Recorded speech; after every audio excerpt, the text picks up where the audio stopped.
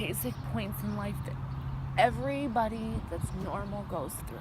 And I say normal loosely because, according to my counselor, I'm always searching for that normal. There isn't a normal. But I tell myself that I can't handle not finding a way to be normal. Waking up and thinking, I hope this day is good because I really can't handle the stress today. I really hope I can handle the feelings that are coming at me today. Am I going to be strong enough? Am I going to be positive enough? Am I going to screw up something that is just going to lead me into a downward spiral? I've had one real moment since I got out of rehab that I really thought I was going to walk out the door and use. And I scared myself, and I immediately called the one person that I knew would be awake because it was the middle of the night. He works third shift, and I knew that he would be up. And he talked me down. It got to the point that I finally was just able to cry myself to sleep. I needed that. My body was just exhausted. I was tired. I had been pushing stuff away. I'm always feeling everybody else's feelings. If somebody's upset, I feel it. Then I'm upset. Because now, for some reason, I'm that, I don't want to say people pleaser, but I'm that person that's got to take care of everybody around me. If you're upset, I'm sorry. Let me, what can I do? Really nothing I can do, but I'm going to try and find a way to do something. Always trying to take care of somebody else, always putting myself at the end of the line. That logic is what spins me into a self-hatred thing. You constantly do things for everybody else, but you can't allow yourself to take care of yourself. To be honest, most of the time, I still can't stand myself. I'm finally getting to a point where I'm gonna let myself be me. When I'm me, I'm happy. I'm starting to take care of the stuff that I need to take care of. I'm starting to rebuild the relationships with my kids that I should have never had to rebuild. And all of it spun because of the heroin. I slept in a shelter the night before Christmas Eve, and on Christmas Eve one year, I wandered through the snow all night, all because of that shit. I should have been with my kids. I should have been with my family. I had so many chances and relapsed. I had so many times that I had been in jail long enough to get clean for a month. All it took is him to look at me one time, and I knew what the look meant. It's we're going back to it. And for some reason, I just followed. I was so defeated, so lost. I had lost so many relationships. My parents, they didn't stop loving me, but they stopped wanting to see that. They didn't want to see me sick. They didn't want to see me high. They didn't want to see me because of everything that I had done. All the times that I walked away from these guys. And I always thought Damon would be alone. His mom left, his dad's dead, his other dad's dead. His sister barely talks to him. His other sister doesn't talk to him. He has me and the kids. He's gotta have me. He's gotta. Otherwise he has nobody else. I did get in trouble. And was in jail I was sentenced to 6 months and 90 days in rehab. And they said I could go whenever there was a spot. They said I could go. They conveniently did not have a spot. I was there the entire time. And then it was almost a test. They let me out and told me to show up to rehab on my own the next day. I could have ran. I could have disappeared and said, screw it. But I did therapy in jail. I wrote to my kids. I worked things out. I talked to other addicts. And I started to feel myself kind of branch away. You could tell the ones that were going to continue when they got out, and you could tell the ones that were actually serious about actually making it, actually changing, making the decision to change. I realized I had to cut out everybody that I had been living in this drug world with for so long. I mean, I was always on the run, always trying to hide, always trying to be under the radar, always trying to think of ways like, we're gonna go jack this store, we're gonna go sell this, we're gonna go sell that, we're gonna go trade this for that. It's exhausting from the time you wake up till the time you go to sleep, because the second you get that money, you're going to the dope man immediately. You get it, you got about 5 minutes to where you think this is gonna wear off. What am I gonna do later? So now you're starting on what are you gonna do to get the money for later, because God knows you're not gonna save anything. You're gonna do it all. You can't ever put some away for tomorrow. You can't ever, well, I got it. No, never happens. You can try, it never happens. Unless you pass out and stay out, it's not gonna be there in a couple hours, because you're gonna do it all. I could actually time my body. I knew how long I had until I was gonna be sick again, depending on what I did, how much I did. Every single time you have a couple minutes where it's that relief, then you have that worry of what's gonna happen. I had that thought of, I miss my kids, I can't sit still, I can't just watch TV, I can't just make dinner, I can't just do laundry, because you're chasing that so you're not sick.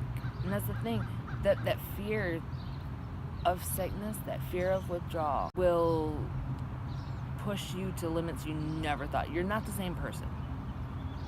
This person would never think that it's a good idea to walk into a store, fill a cart, and just walk out. The addict did. Addict thought that was a cool ass idea.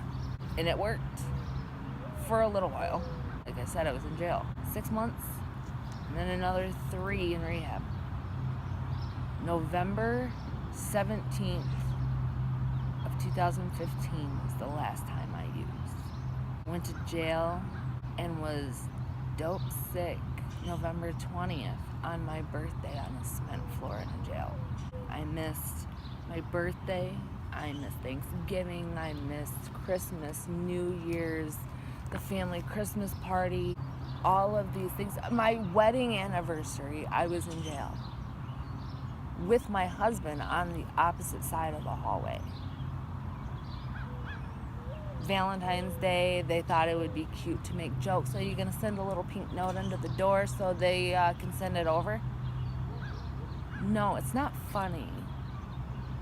Jail I was in was cake compared to Genesee County. Genesee County is not a place you want to be. Genesee County is where you pretty much pray to die, or somebody is cool enough to get you out. You don't ever want to be there for any reason. It's that life became so normal. I felt out of place at family gatherings. I felt out of place at something basic like a doctor's office, like a doctor's appointment. There's people all around you. I felt out of place because they were normal. All I could think is they can see what a mess I am. Well, better go get more. I mean, my theory at that point was like, fuck them. Who gives a shit?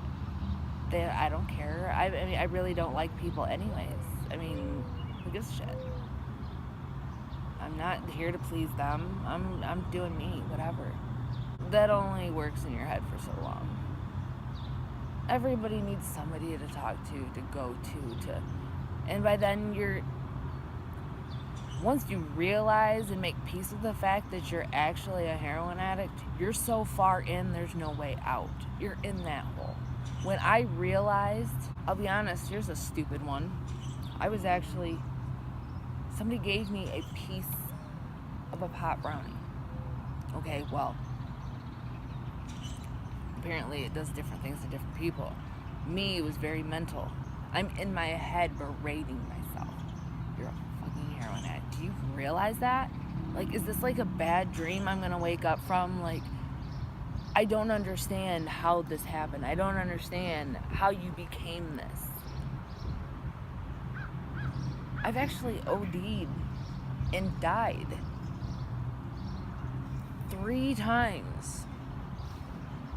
Numerous times did I stop breathing, and had my husband not been there to do CPR, punch me on the chest, drag me through the snow, something to shock me back, I wouldn't have came back. Twice, paramedics came. One time, apparently I fell straight back. Pitch black house, we're talking shitty house. No water, no power, nothing. Just a shell, a place to be in. I went straight back in the pitch black.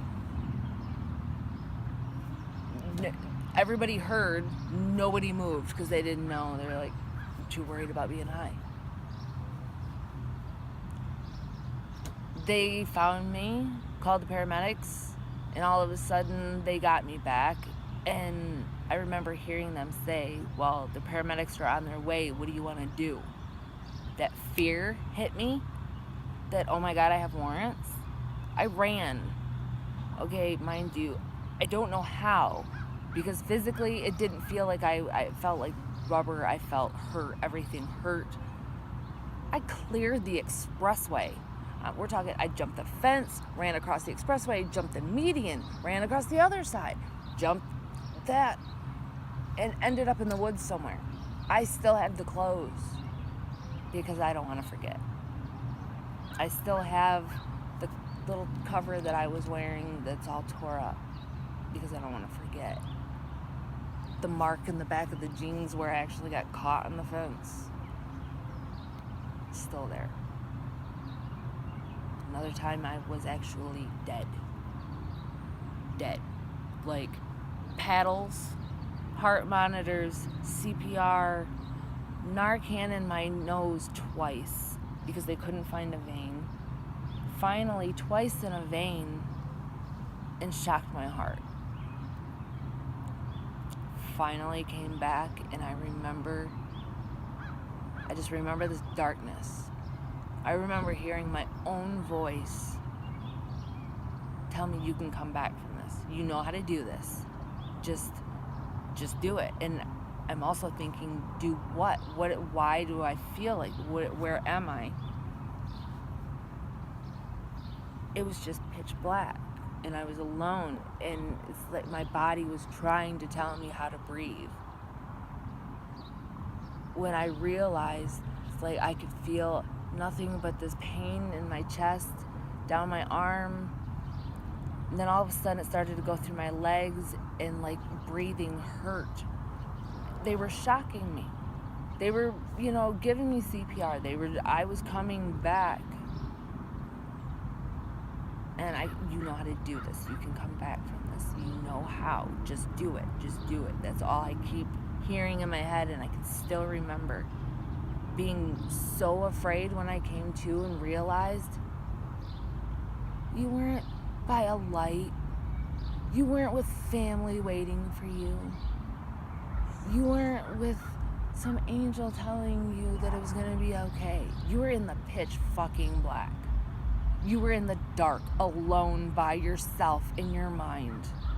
And that's what it would have ended to. I don't remember feeling like I couldn't breathe. I don't remember feeling like something was about to happen. I was just gone. There was no, suffer, I can't breathe, reaching out, nothing, just gone. I seen my husband across the room. He had actually shot up. I didn't. I snorted it. I seen him. He was blue. I walked over. I remember taking 2 steps.